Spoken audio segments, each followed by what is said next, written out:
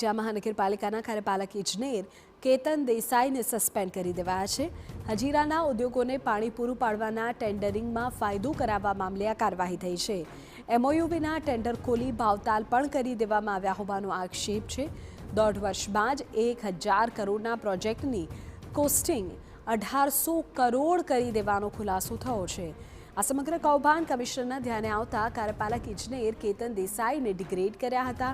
ધારાસભ્ય વિનુ મોરડિયાએ મુખ્યપ્રધાનને પત્ર લખી વિજિલન્સ તપાસની માંગણી કરી હતી। કેતન દેસાઈની સસ્પેન્શનની દરખાસ્ત સ્થાયી સમિતિની બેઠકમાં પણ રજૂ કરાશે। કેતન દેસાઈને સસ્પેન્ડ કરવા મામલે ધારાસભ્ય વિનુ મોરડિયાની પ્રતિક્રિયા। કૌભાંડ મામલે ધારાસભ્ય વિનુ મોરડિયાનો મોટો આરોપ। કેતન દેસાઈ સાથે મુખ્ય સિટી ઇજનેર અક્ષય પંડ્યાની પણ શંકાસ્પદ ભૂમિકા। તેમણે કહ્યું કે એસીબી દ્વારા સમગ્ર કૌભાંડની તપાસ થવી જોઈએ। કેતન દેસાઈની આવક અને મિલકત અંગે પણ તપાસ થવી જરૂરી છે। તમામ જવાબદાર અધિકારીઓ સામે કડકમાં કડક કાર્યવાહી થવી જોઈએ। મહાનગરપાલિકામાં ફરજ બજાવતા કાર્યપાલ ઇજનેર જે કેતન દેસાઈ છે તેમને સુરત મહાનગરપાલિકાના મ્યુનિસિપલ કમિશનર તરફથી સસ્પેન્ડ કરવામાં આવ્યા છે। કારણ કે જે ઔદ્યોગિક ક્ષેત્રની અંદર સીધો લાભ કરાવવાનો જે ગંધ હતી તે આવતાની સાથે જ કતારગામના જે ધારાસભ્ય અને પૂર્વ મંત્રી વિનુભાઈ મોરડિયા તરફથી ગુજરાત સરકારને જે પત્ર લખ્યો હતો અને ત્યારબાદ આખી જે તપાસ થઈ અને ત્યારબાદ તપાસની અંદર જે વિગતો જે સામે આવી હતી અને તેના કારણે તેમને સસ્પેન્ડ કર્યા હોવાની જે વિગત છે તે સામે આવી છે। તો આપણી સાથે જે પૂર્વ મંત્રી છે વિનુભાઈ તેમની સાથે વાત કરીશું। સાહેબ, આખી જે આપ દ્વારા જે પત્ર લખાયો હતો પત્રની અંદર શું ઉલ્લેખ હતો, શું માહિતી હતી અને આખરે તેમને સસ્પેન્ડ કરાયા છે? જે તે સમયે સુરત મહાનગરપાલિકા વર્ષોથી પહેલી એવી મહાનગરપાલિકા છે કે ટ્રીટેડ કરેલું પાણી ઉદ્યોગોને આપી અને પ્રજાના હિતમાં આ પૈસા વાપરતી હોય છે। એ જ પ્રકારનો બીજો વધારે 147 કે 150 કરોડ જેટલો આવક થાય એ પ્રકારનો પ્રોજેક્ટ ટ્રીટેડ પ્લાનની તૈયારી ચાલતી હતી। એનું એસ્ટિમેટ લગભગ 900 કરોડ જેટલું એસ્ટિમેટ હતું અને એ પણ નવા એસઓઆર મુજબ। અને ત્યાર પછી જે ટેન્ડર બનાવીને રજૂ કરવામાં જે આવ્યા એમાં 1600 કરોડ કરતાં પણ આશરે વધારે રૂપિયાનું ટેન્ડર આવ્યું અને એ ટેન્ડર કમિશનરશ્રી મારફત સ્ટેન્ડિંગમાં રજૂ કરવા જઈ રહ્યા હતા। એવા સમયમાં કમિશનરશ્રીના ધ્યાન પર આવ્યું કે આમાં કંઈક ખોટું ગલત થઈ રહ્યું છે।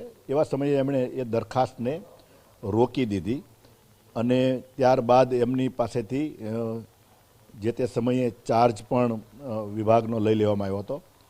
પરંતુ અત્યાર સુધીમાં જે એણે કાર્ય કર્યું છે, જે પ્રકારે આગળના કાર્યો મોટા કામો કેપિટલ કામો સુરત મહાનગરપાલિકામાં થયા છે એમાં પણ એ વ્યક્તિ સાક્ષી છે। એટલે અત્યારે જે કાર્યવાહી થઈ છે એ સસ્પેન્ડ કરવા માટે જે તૈયાર દરખાસ્ત કમિશનરે મૂકી છે, સસ્પેન્ડ કરવાનો નિર્ણય લીધો છે ત્યારે હું આજે સસ્પેન્ડ તો થશે પરંતુ એની સાથે એની આવક, એના આવકના સ્ત્રોત, એની ઇન્કમ એની પણ એસીબી દ્વારા તપાસ થવી જોઈએ। કારણ કે પ્રજાના પૈસા જે પ્રકારે આટલી હિંમત જો કોઈ અધિકારી દાખવતો હોય તો અન્ય અધિકારીઓને પણ આનો ખ્યાલ રહેવો જોઈએ કે શાસકો પણ અહીંયા બેઠેલા છે અને કમિશનરશ્રી પણ એવી રીતે છોડી શકે નહીં। એટલે આની સાથે અન્ય અધિકારી પણ હું એવું માનું છું કે અક્ષય પંડ્યા સામે પણ કાર્યવાહી થવી જોઈએ કારણ કે મુખ્ય સિટી ઇજનેર અક્ષય પંડ્યા છે। સાહેબ, શું કહી શકાય કે આખી જે તપાસ છે તો એસીબીને જો સોંપવામાં આવે તો એક પછી એક 3 થી 4 અધિકારીઓના નામ બહાર આવી શકે છે। તેમની જે મિલકત આવક કરતાં મિલકત વધુ હોવાનો પણ ઘટસ્ફોટ થઈ શકે એ ચોક્કસ છે। મને લાગે છે કે અત્યાર સુધીની એણે વર્ષોથી આ જ વિભાગમાં એણે નોકરી કરી છે આ વ્યક્તિએ, કેતન દેસાઈએ, અને જે પ્રકારે ચાલાકીથી ટેન્ડર કરવા જોઈએ જે કન્સલ્ટિંગ કંપનીના એ પણ એમણે કમિશનરશ્રીને અંદરામ રાખીને એણે કન્સલ્ટીને કામ સોંપી દીધું હતું અને મને જાણવા મળ્યું છે કે કન્સલ્ટિંગ કંપની પણ આમાં કાંઈક સહભાગી હોઈ શકે। પરંતુ જે પ્રકારે કરોડો રૂપિયાનું જ્યારે આ કૌભાંડ આ વ્યક્તિ કરવા જઈ રહ્યો હતો તો એની આગળની જે કંઈ કામગીરી કરી છે, આગળના જે ટેન્ડરો કર્યા છે એણે મોટા પ્રોજેક્ટો, એની પણ તપાસ થવી જોઈએ કે એસઓઆરના ભાવ શું હતા, એસ્ટિમેટ એણે કેટલાનું બન્યું હતું, ત્યાર પછી એને ટેન્ડર કેટલાના અપાવ્યા, આ બધી તપાસ એસીબી મારફત થવી જોઈએ. સાહેબ, અક્ષય પંડ્યાનું પણ નામ આવી રહ્યું છે. અક્ષય પંડ્યાની કઈ રીતની ભૂમિકા હોઈ શકે છે? મારું માનવું છે કે અક્ષય પંડ્યા છે સિટી ઇજનેર છે. મુખ્ય જવાબદારી જ્યારે કમિશનરશ્રી પાસે ફાઇલ જાય છે ત્યાર પહેલાં એની જવાબદારી છે કે ક્લિયર કરી, કમ્પ્લીટ કરી, તપાસી અને ફાઇલ કમિશનરશ્રી પાસે મૂકવાની હોય. એવા સમયે નાયબ કાર્યપાલક ઇજનેર છે અને એડિશનલ સિટીનો ચાર્જ હતો એમની પાસે, તો સિટી ઇજનેરને તો માહિતી હોવી જ જોઈએ, એ પણ સાથે સાથે તપાસ થવી જોઈએ.